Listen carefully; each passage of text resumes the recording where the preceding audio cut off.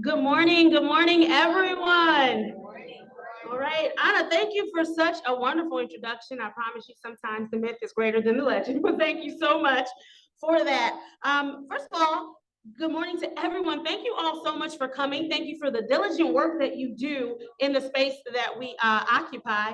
Thank you for making sure that not only we obtain clean, safe, affordable drinking water, but the generations to come have that right as well. I almost said luxury when water is a human right. So thank you. Give yourselves a hand for the hard work that you do. So I will be kind of facilitating and moving everyone around today. And one of the things that we do at the Flint Community Water Lab, and I'm gonna back up a little bit. One of the things we do at the Flint Community Water Lab is we call ourselves Team Go with the Flow. Because that means no matter what happens, we keep going and we keep moving and we keep moving toward that clean water dream, that affordable water dream.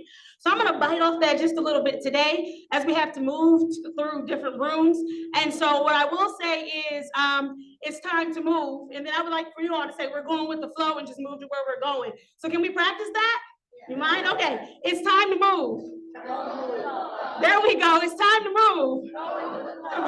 Perfect, we are ready, But before we get to moving anything, I have the distinct privilege of introducing two people who actually need no introduction whatsoever. So I am honored to be able to introduce the both of them. The first person that I am going to introduce this morning, I'm actually introducing them together, but is Commissioner Mary Alice Adams. And I've known Commissioner for quite some time now, and I'm going to tell you, it has really, really been my pleasure, and I'm not saying that just to say that. Every time that I am in the presence of Commissioner Adams, if you will, even if it's via Zoom, she's always so very pleasant, so welcoming, full of information, willing to share. And Benton Harbor, when I tell you, you all have a jewel in Commissioner Adams, you have a jewel in Commissioner Adams. The way that she not only shares information, but is determined to get more information to bring back to you. I just really respect and appreciate her. So I'm excited to introduce her to you this morning. And then the second person, Reverend Edward Pinkney, who needs no introduction as well. But I'd like to go down the list of what you do because sometimes I feel like we just don't hear about it enough. So please allow me this indulgence. Reverend Edward Pinkney is the founder and leader of the Benton Harbor Community Water Council and the current president and CEO of the Black Autonomy Network community organization. He is also the pastor of this wonderful, wonderful place we are here today, God's Household of Faith, and the Water Council advocate for solutions to elevated lead levels in drinking water. He's distributed filters and bottled water and collected compliance water samples for the city due to the erosion of trust. So he stepped in when we feel like the government stepped out. So thank you so much for that. He's also done so many other things, and we do not have time to go over all of them, but I will skip to the bottom. Reverend Pinkney has organized workshops on various issues, such as alternative punishments for children and adults, juvenile courts watching, juvenile crime, and other covering medical and mental health issues in the justice system. At this time, I would like to bring them both up before you to do our welcome. I just want to say that I want to welcome each and every last one of you, and I appreciate all the work you do.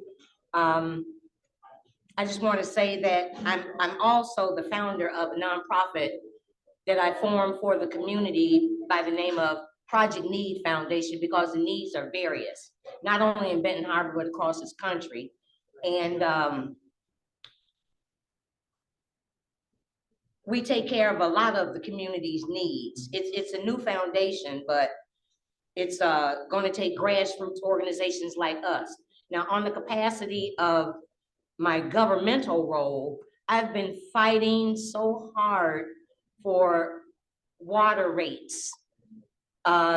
Legislatively, within the city of Benton Harbor's charter, we, the elected officials, are to legislate water rates. But it's kind of hard to do when you don't have the funds, when you live in an impoverished community where the income level is so low.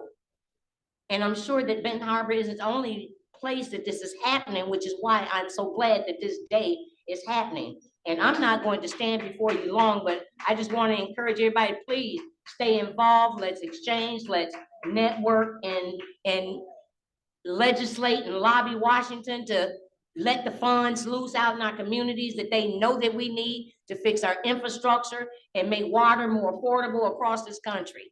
And with that, I'm going to leave you with Reverend Egbert Pickney. Hey, let's give her a hand. Come on, we can do better than that. Come on, let's give her a Benton Harbor.